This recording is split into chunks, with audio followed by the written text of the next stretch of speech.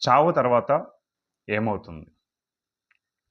చావు తర్వాత నేను సూక్ష్మలోకాల ఆస్ట్రల్ వరల్డ్స్కి వెళ్తాను. సూక్ష్మలోకాలకు వెళ్తాను. అంటే నేను సూక్ష్మ శరీరం తీసుకొని, అంటే నాలో ఉండే 7 శరీరాల్లో ఒకటైన సూక్ష్మ శరీరంలో ప్రవేశించి ఆ సూక్ష్మ లోకాలకి వెళతాను. నాలో 7 శరీరాలు ఉంటాయి. దాంట్లో ఒకటైన సూక్ష్మ శరీరంలో ప్రవేశించి ఆ సూక్ష్మ లోకాలకు నేను వెళ్తానని చెప్తున్నాడు.